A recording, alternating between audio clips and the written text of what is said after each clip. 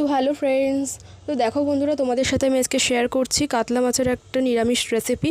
তো দেখো বন্ধুরা, প্রথমেই হচ্ছে আমি গরম তেলের মধ্যে মাছগুলো ছেড়ে দিলাম। তো মাছগুলো ভাজা হয়ে গেলে, লাল লাল করে ভাজা হয়ে গেলে এবার আমি তুলে নেবো আলাদা জায়গায়।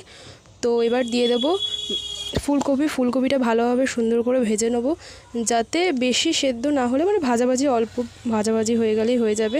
তো এবার ভেজে তুলে নেবো। ভেজে তুলে নেওয়ার পরে হচ্ছে তো কড়ার মধ্যে তেল দিয়ে দেবো।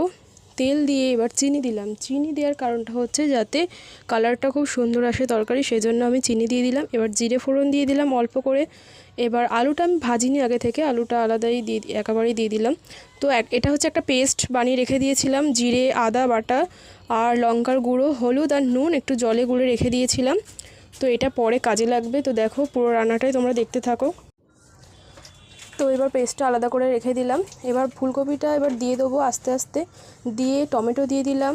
টমেটো দেওয়ার পর যে পেস্টটা করে রেখে দিয়েছিলাম, জলে গুলে রেখে দিয়েছিলাম, সেটা দিয়ে দেবো। দিয়ে এবার সুন্দর করে আমি এবার কষতে থাকবো, যাতে কালারটা ভালো আসে। যতক্ষণ না আর কি এই যে জলটা দিয়েছি, যতক্ষণ না জলটা শুষে নিচ্ছে ততক্ষণ আমি ভালোভাবে নাড়িয়ে যাব। তো এবার ভালোভাবে করার পরে এবার আমি দিয়ে দিলাম জল, সামান্য পরিমাণে জল, যেটুকু সেদ্ধ হওয়ার জন্য লাগবে। তোমরা যেরকম প্রয়োজন মনে করো সেরকম জল দিও। তো এবার জলটা দিয়ে দিলাম। জল দেওয়ার পরে এবার একটু ঢাকনা দিয়ে ফুটতে দিয়ে দেবো। ফোটা হয়ে গেলে, যখন এরকম একটা বলক চলে আসবে, তখন এবার দিয়ে দিলাম মাছ দিয়ে ঢাকা দিলাম। দেখো, এটা লোক ভালো লাগলে